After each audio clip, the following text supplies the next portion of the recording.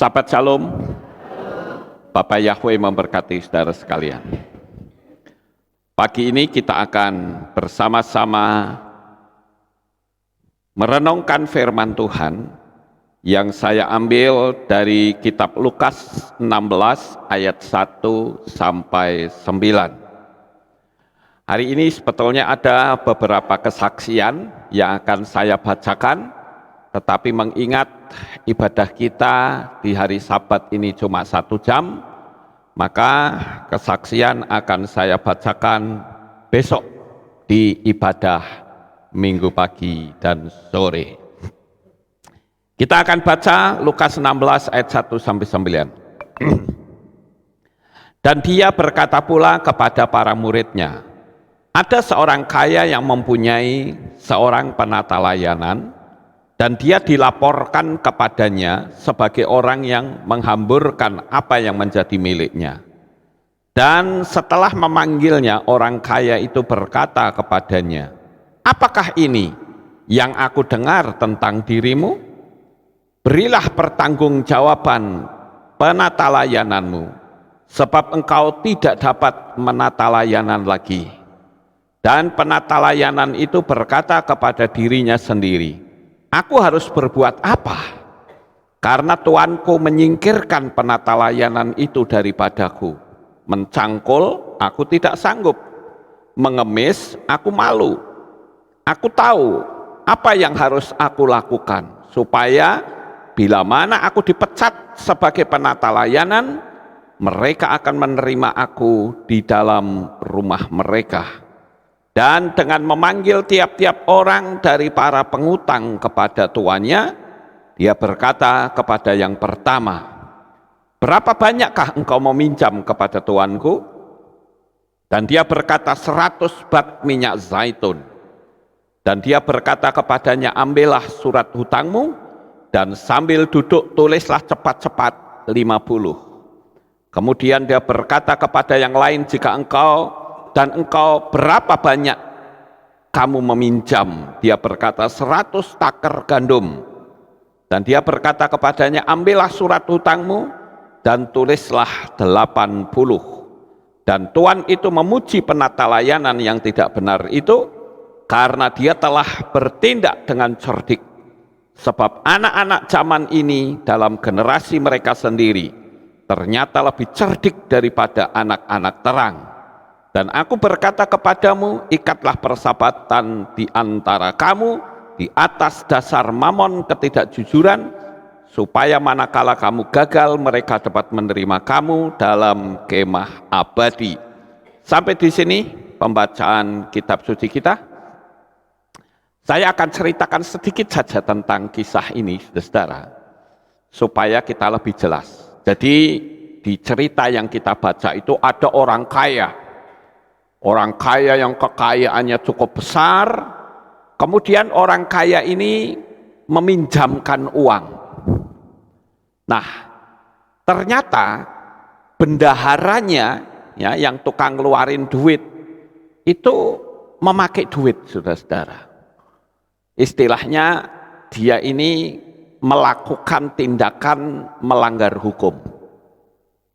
Nah, pada waktu itu ada orang yang melaporkan kepada orang kaya itu, pegawaimu itu banyak ngambilin duit kamu.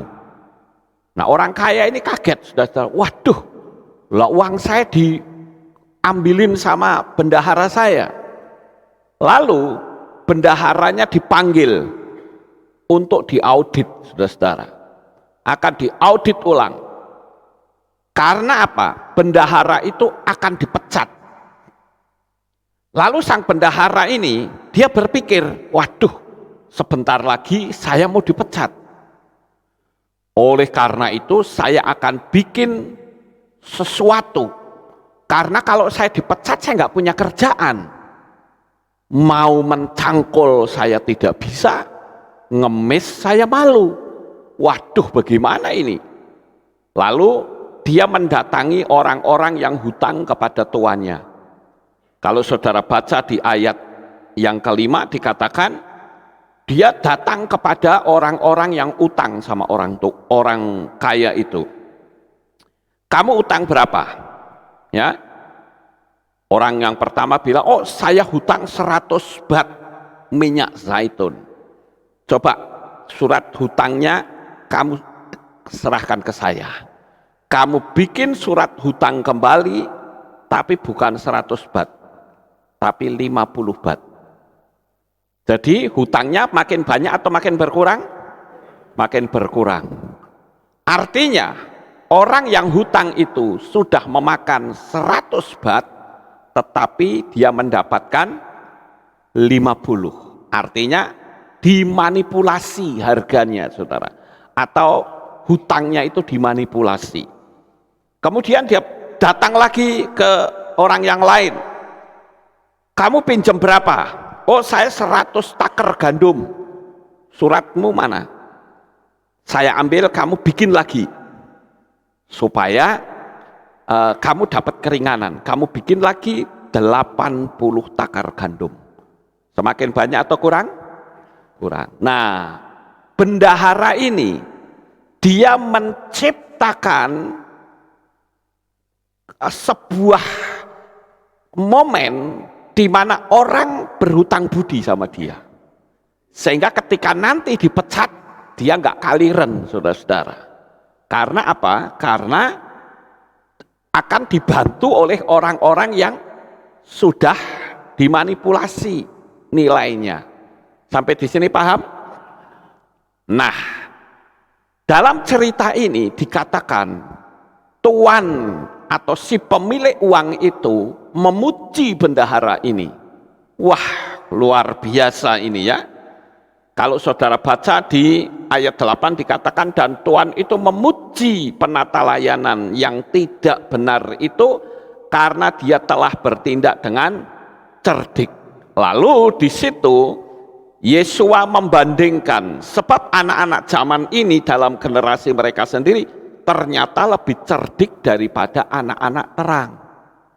Nah, ada orang yang pernah bertanya kepada saya, apa maksud perumpamaan ini?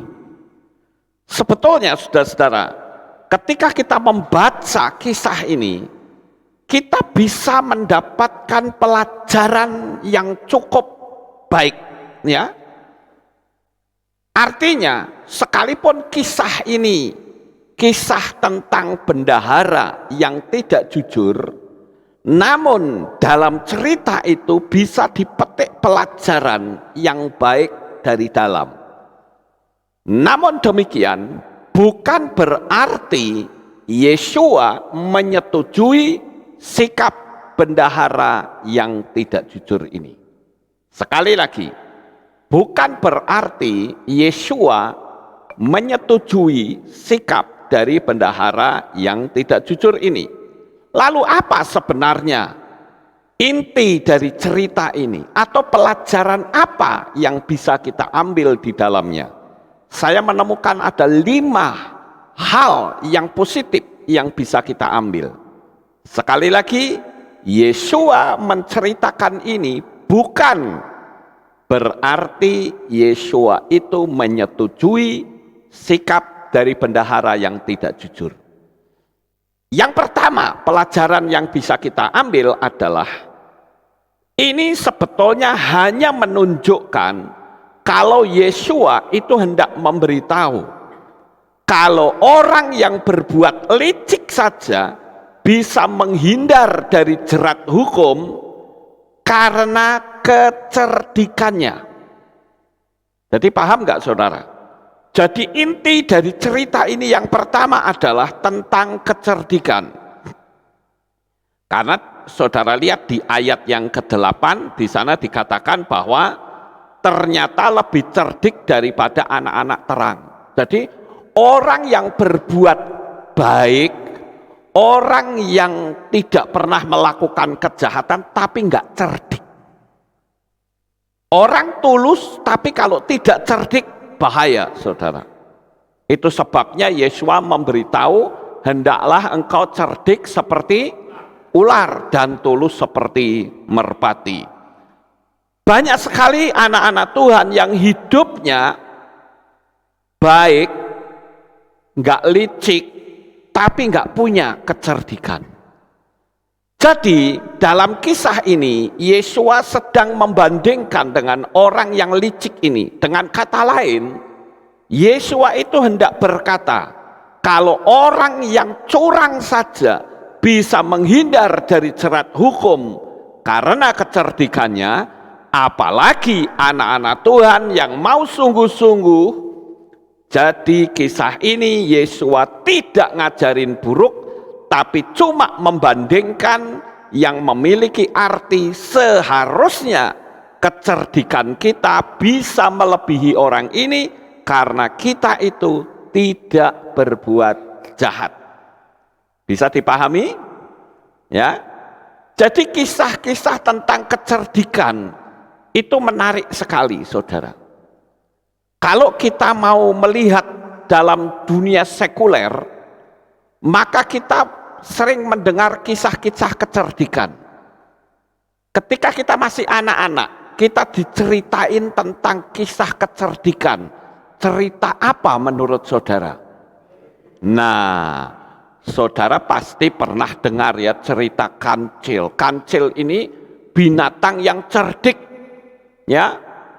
Sekalipun dalam bahaya, dia bisa menghindar karena kecerdikannya. Paham ya Bapak Ibu? Dia sudah dikepung oleh buaya, tetapi sudah buayanya diinjek-injek, ya. Tapi buaya itu tidak bisa makan tubuh kancil. Saya tidak perlu cerita tentang kancil, saudara.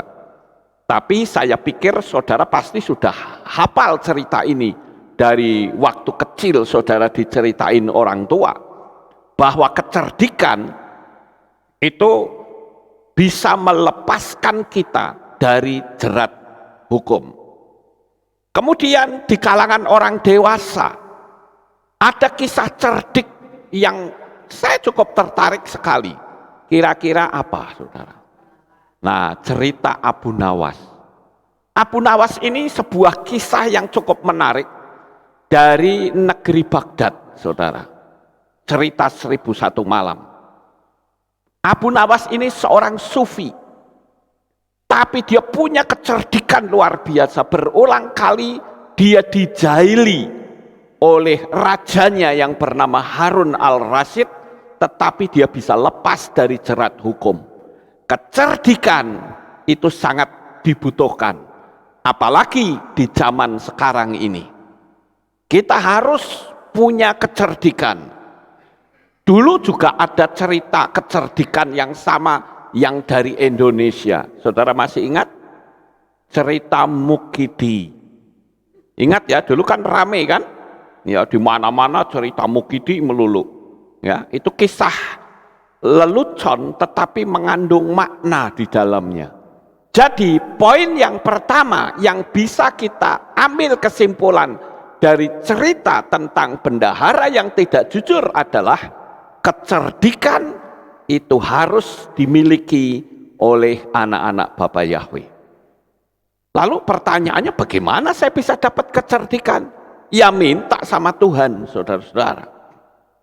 Minta sama Bapak Yahweh agar kita memiliki kecerdikan. Saya percaya selama kita minta, Tuhan kasih kecerdikan yang luar biasa. Dulu pada waktu saya memberitakan nama Bapak Yahweh pertama, kan saya sempat mau dibenturkan dengan agama seberang. Tapi Tuhan memberi kecerdikan yang luar biasa sehingga saya bisa lolos dari hukum. Ya. Yang kedua, apa yang dilakukan bendahara ini? Dia berusaha untuk menyelamatkan dirinya dengan berbuat manipulasi surat hutang. Tadi saya sudah ceritakan, kalau di dunia umum kira-kira begini, orang utang 1 juta, kamu utang berapa? 1 juta, ayo surat utangmu tak ambil lagi, kamu bikin baru, kamu utangnya 500.000. Jadi orang itu jadi merasa hutang budi ya Bapak Ibu. Nah, artinya apa? Bendahara ini mempergunakan uang untuk mendapatkan teman dengan cara supaya orang hutang budi sama dia. Di sini Yesua hendak memberitahu bahwa uang itu bisa dipakai untuk mendapatkan sahabat. Amin. Jadi kalau saudara berdoa, perlu nggak minta uang yang banyak? Perlu. Tuhan beri saya uang yang banyak, supaya apa? Supaya saya bisa pergunakan uang itu untuk mencari sahabat, untuk mendapatkan banyak teman. Paham Bapak Ibu? Yang ketiga, apa yang bisa kita tarik kesimpulan dari kisah ini? Sekali lagi, Yesua bukan menyetujui kelicikan bendahara ini. Tidak sama sekali. Tetapi makna dari kisah ini sangat dalam, yaitu apa? Dia mampu mengantisipasi jerat hukum akibat perbuatannya sendiri. Jadi dengan kata lain, Yesua hendak memberitahu kepada kita, bisakah kita berhati-hati agar tidak bikin kesalahan akibat perbuatan kita. Contoh misalnya saja, kita bisa terkena jerat hukum akibat perbuatan kita, yaitu apa? Mulutnya kotor. Paham Bapak Ibu? Mulutnya kotor, mudah menghina orang. Jadi saya maksud mulut kotor itu bahasa kiasan ya. Jangan saudara pikir mulutnya kotor itu ada tanahnya atau apa, bukan itu. Tapi mulut kotor itu adalah ucapannya tidak menjadi berkat bagi orang lain. Hati-hati saudara. Jangan sampai saudara berurusan dengan hukum di hari-hari ini. Sekali saudara berurusan dengan hukum, habis duit saudara. Makanya saya katakan, jaga ucapan kita. Jangan kita gampang nyinyirin orang. Akhirnya apa? Kita memberi informasi yang provokatif, yang tidak sesuai dengan kebenaran, maka saudara bisa dijerat hukum. Oleh karena itu, sekali lagi, kalau dulu orang bilang jaga ucapanmu, sekarang saya tambahi jaga jari-jarimu. Jangan main tulis di medsos. Banyak sekali orang-orang yang harus berurusan dengan hukum akibat perbuatannya sendiri, yaitu membuat kalimat-kalimat dengan jari-jari kita yang membuat orang lain sakit hati. Sehingga dengan sakit hati, saudara bisa dilaporkan polisi, saudara bisa kena jerat hukum, kita bisa hidupnya tidak nyaman. Orang kalau kena jerat hukum itu energinya habis loh saudara. Capek sekali. Oleh karena itu kita harus berhati-hati. Lakukan banyak hal yang berguna. Jangan kita itu membuang-buang waktu dengan sia-sia. Hari-hari ini entah saudara menyadari atau tidak, firman Yesua sedang dalam penggenapan, yaitu waktunya dipersingkat. Yesua katakan sekiranya waktunya tidak dipersingkat, maka segala yang hidup orang-orang pilihan tidak akan selamat. Saudara sadar atau tidak bahwa waktu sekarang 1 minggu itu cepatnya luar biasa. Kerasa nggak saudara? Saya itu sangat kerasa sekali loh. Saya nyiapin khotbah itu agak kepontal-pontal. Karena apa? Baru nyiapin hari ini, sudah ada ibadah lagi. Saya siapin yang baru lagi, terus seperti itu. Ya, ini waktu begitu singkat sekali. Dan hidup kita pun singkat sekali. Oleh karena itu saudara, saya katakan jangan buang-buang waktu dengan sia-sia. Orang-orang yang seperti ini tidak tahu bahwa ada hukum tabur tuai. mulutnya nyinyir, mulutnya kotor, melakukan perbuatan-perbuatan melanggar hukum, ingat ada hukum tabur tuai. Dan hukum tabur tuai itu tuaiannya selalu lebih besar dari taburannya. Kalau saudara menanam jagung, tancap celup, masukin biji-biji jagung, tancap lagi celup, biji jagung. Biji jagung yang satu mangkok ini ketika saudara tabur, saudara dapatnya berapa? Satu mangkok atau enggak? Enggak, banyak sekali saudara. Bahkan saudara bisa panen jagung yang hebat. Itu artinya kalau kita menabur keburukan, saudara bisa menuai keburukan dan lebih banyak dari apa yang saudara tabur. Hati-hati bagi saudara yang senang nyinyir ya di medsos. Saya katakan bertobat.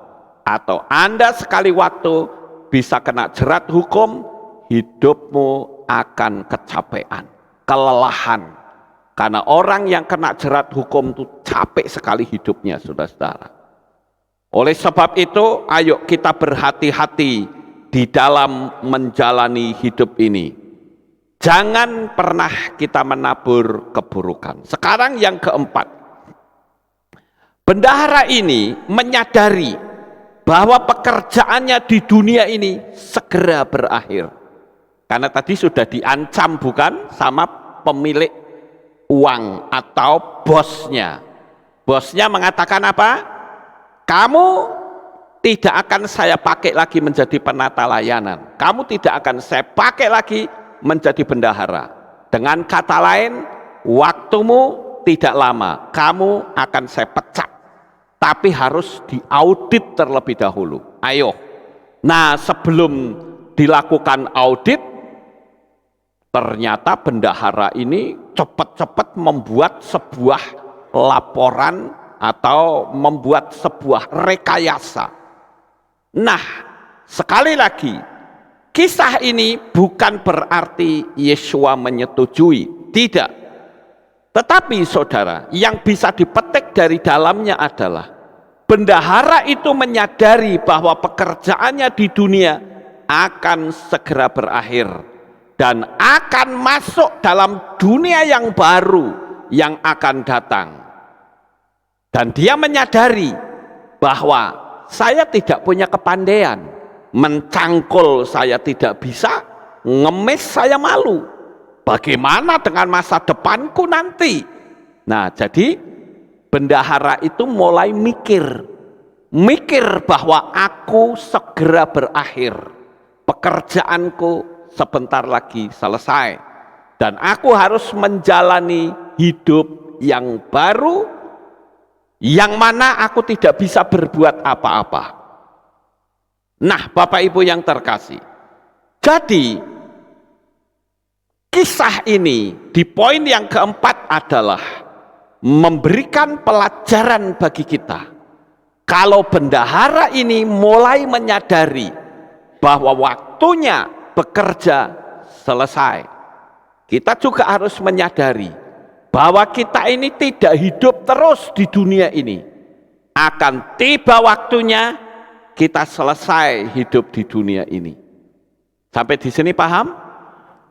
Jadi, kalau kita sudah menyadari bahwa hidup kita akan selesai, seperti gambaran dari bendahara yang sebentar lagi dipecat dan sedang akan dilakukan audit, segera bertindak, melakukan segala sesuatu supaya ketika nanti diaudit, sang tuan tidak merasa duitku dihambur-hamburkan sangat banyak. Kenapa? Karena sudah dimanipulasi, saudara.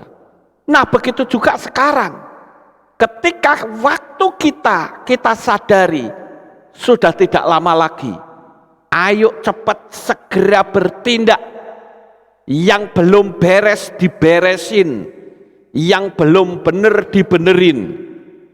Dan saya menganjurkan, kemarin saya juga memberitahu ke beberapa teman-teman, saya katakan, yang Anda belum menerima meterai kepemilikan atas nama Bapak Yahweh dan Yeshua HaMashiach, segera dimeterai dalam baptisan pembaharuan. Kenapa?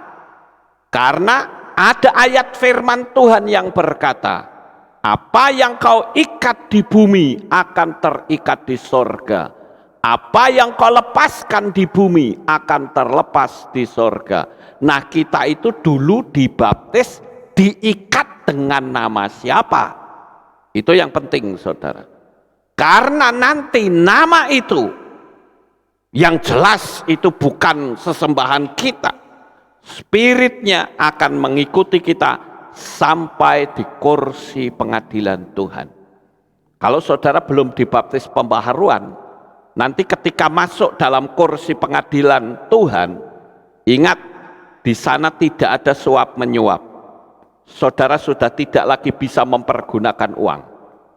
Ketika berada di situ, spirit yang dipakai untuk mengikat baptisan saudara akan berkata, Tuhan, orang ini milik saya.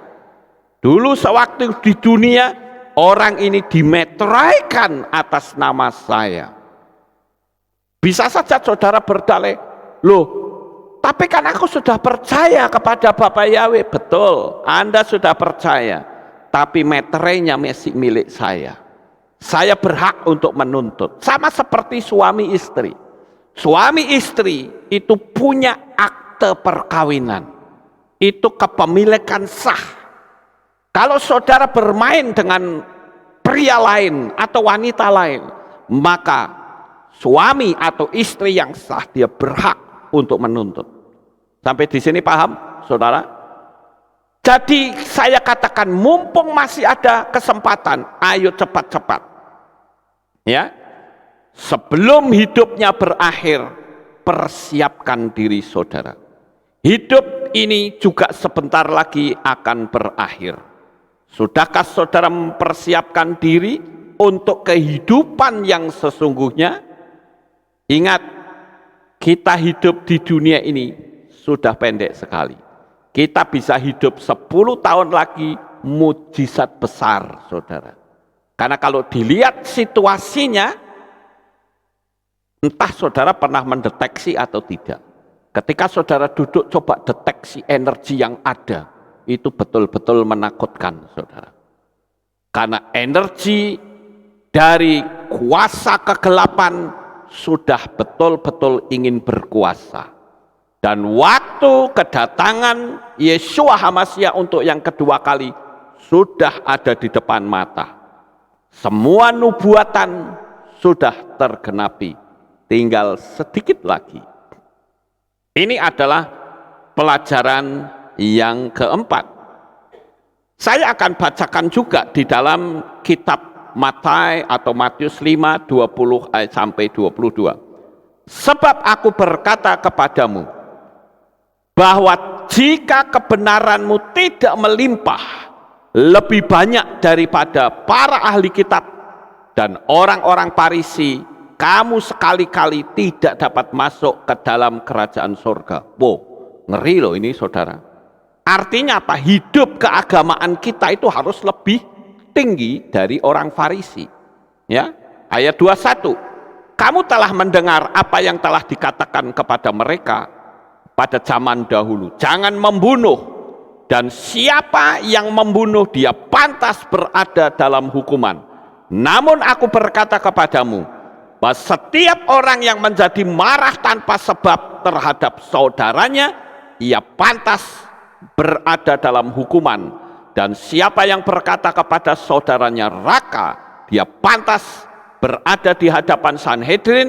Dan siapa yang berkata dungu, ia pantas berada dalam neraka api. Jadi di sini kita melihat bahwa ketika kehidupan keagamaan kita tidak lebih baik dari orang Farisi, ternyata kita tidak bisa selamat, saudara. Ya, jadi Yesua itu menyempurnakan Torah. Kalau dulu Torah berkata jangan membunuh, kategori membunuh itu berarti menghilangkan nyawa orang lain. Tetapi ketika disempurnakan oleh Yeshua, ketika kita membenci orang lain, ternyata kita sudah dianggap sebagai seorang pembunuh. Cukup mengerikan.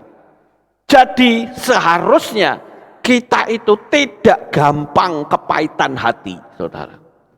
Tidak gampang membenci orang lain. Sampai di sini paham Bapak Ibu? Mengantisipasi situasi yang akan datang. Kesempatan masih ada. Tapi kenapa banyak orang yang ngotot mempertahankan gengsinya? Kenapa saudara takut untuk menyatakan kebenaran? Hanya karena ancaman orang. Saya punya prinsip dari dulu, ketika saya ngerti kebenaran, saya akan jalani dan saya tidak peduli dengan orang yang berusaha untuk menentang. Tapi banyak sekali orang yang bahkan sudah mengerti nama besar Bapak Yahweh, ketika dia diancam oleh sinode, mundur dia. Saya melihat banyak sekali teman-teman saya yang seperti itu. Dia sudah ngerti betul. Bahkan saya pernah menyampaikan kepada seorang pendeta yang jumlah jemaatnya ribuan. Saya ceritakan tentang nama besar Bapak Yahweh. Dia bilang, aku sudah tahu, tapi aku tidak mau konyol seperti kamu. Kamu ditinggal lari oleh jemaat. Oh, jadi kamu itu ketakutan toh. Takut ditinggal lari. Takut dipecat sama sinode. Takut dianggap sesat. Kenapa Anda tidak berani dan tidak punya nyali untuk menunjukkan kebenaran? Kalau seorang pemimpin seperti ini, kasihan jemaatnya. Karena jemaat itu datang dengan hati yang tulus. Tetapi saya nyebut dibohongi oleh pendetanya. Jadi, jika saudara sudah tahu kebenaran, segera bertindak. Jangan gojak-gajek, jangan takut dengan ancaman orang, karena mereka tidak bisa menyelamatkan saudara. Jangan berkata yang penting kitab suci. Wes nggak usah membahas macem-macem. Makanya ketika ada peristiwa harus memakai tanda bilangan binatang itu, ketakutan saudara. Pakai tanda binatang itu.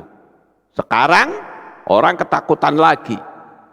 Ya, karena efek dari tanda bilangan binatang itu persis seperti yang kitab suci tulis. Ya. Mereka tidak tahu situasi zaman ini. Kenapa? Karena 666 sudah betul-betul pingin berkuasa. Sudah menerima tanda bilangan, dikasih tahu bukannya malah bertobat, tapi marah dan merasa tersinggung. Justru seharusnya orang itu berkata, oh iya aku salah, aku minta ampun. Tuhan kasih kesempatan pengampunan. Bukannya malah ngotot, ya menyalah-nyalahkan. Ya sudah, kita tunggu saja nanti hasilnya. Ya, sama seperti zaman Noah saat ini. Sekarang yang terakhir, yang kelima, saudara. Perhatikan ucapan Yeshua ayat 9. Dan aku berkata kepadamu, ikatlah persahabatan di antara kamu di atas dasar mamon ketidakjujuran, supaya manakala kamu gagal, mereka dapat menerima kamu dalam kemah abadi. Mamon itu adalah nama dari dewa uang. Ya. Ketidakjujuran artinya adalah suatu saat uang tidak akan mampu menyelamatkan kamu. Manakala kamu gagal, artinya tidak semua materi bisa menyelamatkan. Tuhan itu tidak bisa dibeli. Tuhan juga tidak bisa direkayasa. Pertanyaannya, kapan materi tidak bisa menyelamatkan? Ya kondisi saat ini. Sebesar apapun saudara punya duit, saat penyakit buatan itu datang, kematian siap menantimu. uangmu belum memiliki manfaat apapun untuk pekerjaan Tuhan, kematian sudah mencegat engkau. Saudara tidak bisa lagi memegang kepemilikan pribadi. Pola ini sudah sangat dekat. Nanti orang yang punya tanah sebanyak apapun tidak akan bisa pegang sertifikat. Sertifikatnya akan menjadi satu, dipegang oleh negara. Ya, itu banyak sekali seperti itu. Dan kita melihat di negara-negara lain, mereka sudah menerapkan itu, saudara. Sebentar lagi juga dunia internet akan berakhir, diubah menjadi 5G semuanya. Dan sekarang alat-alat itu sedang dipersiapkan dimanapun. Jadi kalau nanti sampai saudara ketinggalan waktu rapture, selesai sudah. Saudara akan lari kemanapun, saudara bisa dikejar. Apalagi di dalam tubuhmu sudah ada pelacaknya. Ya, manusia akan dijadikan seperti barang. Semua sudah ada di depan mata kita. Masih belum percaya? Ingat, peralatannya sedang dipersiapkan dengan cepat saat ini. Jadi dalam perumpamaan ini juga memiliki arti bahwa dalam sebuah keburukan tetap bisa diambil makna yang baik dan bukan berarti menyetujui perbuatan itu sendiri. Saya ambil contoh yang terakhir. Saudara pernah dengar kata jailangkung? Ya, permainan setan yang pakai siwur dan keranjang.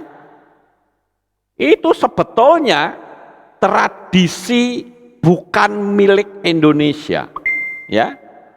Jadi jailangkung itu sebetulnya adalah permainan Cina, ya, permainan dari negeri Cina. Aslinya adalah namanya Cai Lan Gong. Cai Lan Gong itu sebetulnya adalah dewa keranjang. Tapi di Indonesia diadopsi kata Cai Lan Gong jadi jailangkung, saudara. Ya. Itu sebetulnya permainan tradisionalnya orang Cina. Ya. Nah, apa yang kita bisa petik dari permainan jailangkung, saudara? Ada mantra yang selalu diucapkan, mantranya itu bunyinya begini, saudara. Datang tak dijemput, pulang tak diantar. Betul nggak? Ya, datang nggak dijemput, pulang juga nggak diantar. Tapi banyak sekali anak-anak Tuhan kadang kolokan, saudara. Aku mau ibadah nek dijemput, kalau tidak ya no. Dulu kan begitu di sini, ya. Ada jemputan-jemputan, tapi ternyata ketika dijemput belum mandi, belum apa, saya bilang nggak usah ada jemputan. Kalau diantar boleh, tapi kalau dijemput tidak. Kasihan supirnya, saudara. Sudah nunggu, ternyata sorry ya, saya belum mandi, padahal jauh-jauh jemputnya. Yang sono sudah nunggu, sini nggak jadi, malah telat kabeh, saudara. Nah kalau begitu masih hebatan jailangkung, saudara. Datang nggak dijemput, pulang tidak diantar. Datang saja, pulang ya pulang gitu loh. Nah jadi artinya apa? Dalam sebuah keburukan kita bisa ambil makna di dalamnya. Jangan jadi orang yang kolokan dalam iman. Ya. Saya masih terkesan dengan sikapnya Mbah Bibit dulu yang rumahnya di Nambangan. Karena orangnya sudah tua. Dia bilang, saya akan ke gereja tapi saya tidak bisa jalan. Bisa nggak gereja jemput saya? Nah itu boleh kalau begitu, saudara. Dia bilang, kalau sampai tidak dijemput, saya mau berangkang dari Nambangan sampai ke sini. Wow, hebat nggak, saudara? Hebat, orangnya sudah tua, selalu pakai topi itu, saya ingat. Ya, orangnya sudah tua, tapi semangat ibadahnya itu luar biasa. Jadi 5 pembelajaran yang kita bisa dapatkan dari kisah bendahara yang tidak jujur, kita bisa pakai makna di dalamnya. Sukses besar untuk saudara. Bapak Yahweh memberkati. Haleluya. Kita tunduk kepala, kita akan berdoa. Kami mengucapkan terima kasih dan syukur kepadamu ya Bapa. Pagi ini kami bersama-sama telah mendengarkan renungan firman-Mu. Biarlah apa yang kami renungkan menjadi berkat bagi umat-umat-Mu. Terima kasih Bapa, meteraikan firman ini di dalam hati mereka semua. Di dalam nama Adonai Yeshua HaMashiach, kami sudah berdoa. Amin. Haleluya. Ada pengumuman? Ada, oke. Shalom, berjumpa kembali dalam Aleph Tau Update News. Berikut pengumuman untuk minggu ini. Kami mengajak seluruh jemaat Kehilat Aleph Tau untuk hadir dalam doa pagi yang diadakan pada hari Senin sampai Jumat pukul 5 pagi di Kehilat Aleph Tau. Kami mengundang jemaat lansia untuk hadir dalam ibadah lansia setiap hari Jumat pukul 4 sore di Kehilat. Kami mengajak seluruh kaum pria untuk menghadiri ibadah Men's Club setiap hari Selasa pada minggu pertama dan ketiga. Untuk info lebih lanjut dapat menghubungi Bapak Yuli dengan nomor 0858 7855 7444. Bagi kaum wanita, hadirilah ibadah wanita yang diadakan setiap hari Jumat di minggu pertama dan ketiga pukul 6 sore di Kehilat. Kaum muda yang dikasihi Bapa Yahweh, yuk bersama-sama memuji Bapa Yahweh dalam ibadah Yud setiap hari Sabtu pukul 5 sore di Kehilat. Kami mengimbau Bapak, Ibu, Saudara untuk mengajak putra-putri Anda hadir dalam ibadah anak setiap hari Minggu pukul 9 pagi di Kehilat. Demikian pengumuman minggu ini. Sampai jumpa di ibadah selanjutnya. Bapak Yahweh memberkati. Ya, itulah pengumumannya. Kita akan akhiri ibadah kita. Saya mengundang jemaat Tuhan kita bangkit berdiri, kita tutup dalam doa. Terima kasih Bapak Yahweh, selesai sudah ibadah kami pada pagi ini. Bapak Yahweh memberkati anak-anak-Mu. Pertemukan kembali kami esok untuk bersama-sama kami memuji dan menyembah Engkau. Di dalam nama Adonai Yeshua HaMashiach kami sudah berdoa. Mari kita angkat tangan kita dan kita akan menerima birkat Kohanim. Haleluya. Yevarech eka Yahweh wa yishmereka.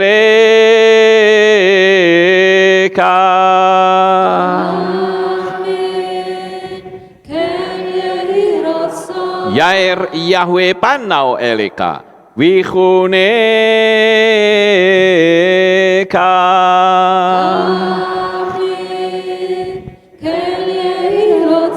Yesa Yahweh panau eleka wa yashem lecha shalom.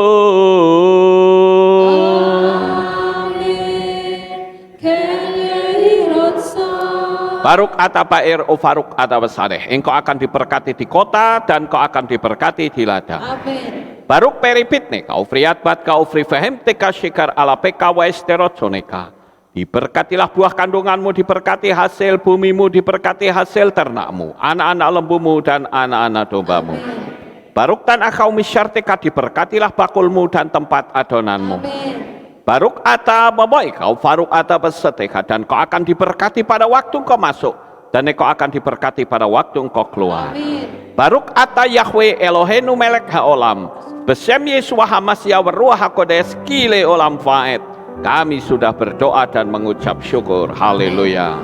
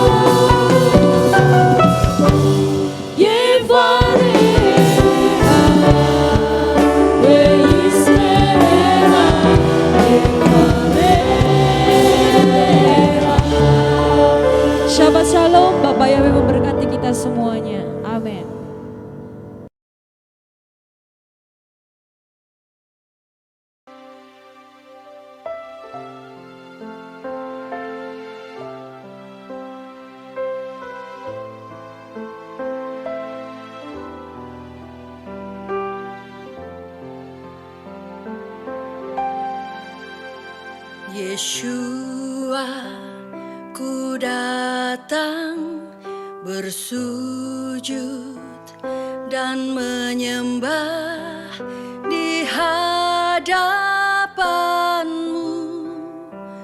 Ku berserah penuh. Yeshua, ku puji segala perbuatan-Mu yang ajaib bagiku, bagi hidupku. Nama-Mu Yeshua yang telah selamatkanku. Kau berikan hidupmu disiksa bagiku. Nama-Mu Yeshua yang ubah hidupku, cara hidup lamaku menjadi baru.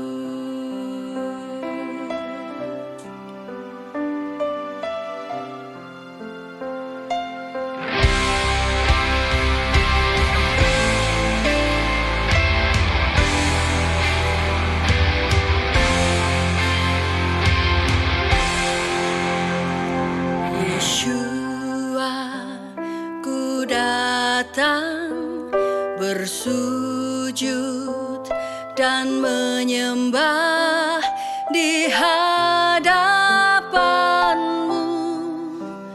Ku berserah penuh. Yeshua, ku puji segala perbuatan-Mu yang ajaib bagiku, bagi hidupku. Nama-Mu Yeshua yang telah selamatkanku. Kau berikan hidupmu disiksa bagiku. Nama-Mu Yeshua yang ubah hidupku, cara hidup lamaku menjadi baru. Nama-Mu Yeshua yang telah selamatkanku, telah mati hidup lamaku, ku lahir baru.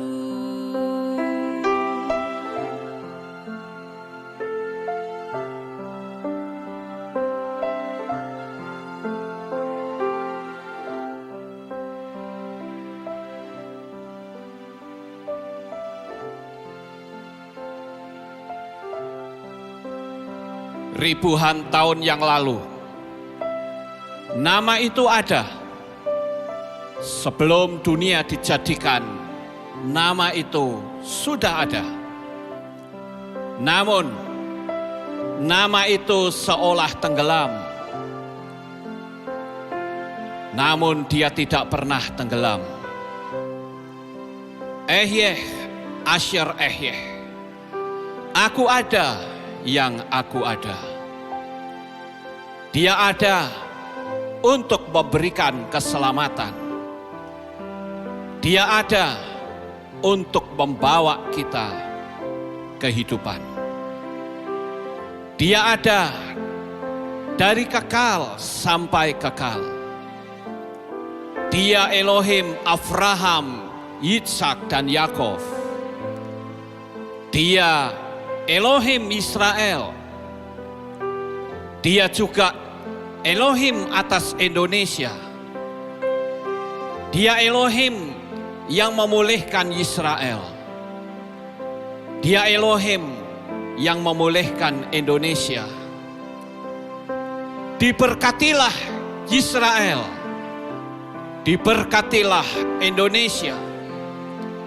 Di dalam kitab Yesaya pasal 43 ayat yang ke-11, di dalam bahasa Ibrani dikatakan, Anoki, Anoki, Yahweh, wa'ain mibal adai Mosia. Akulah Yahweh, dan tidak ada juru selamat selain aku. Namanya adalah jaminan keselamatan. Namanya yang membebaskan kita. Namanya yang membuat kita menjadi selamat. Namanya Yahweh, Elohim keselamatan kita. Haleluya.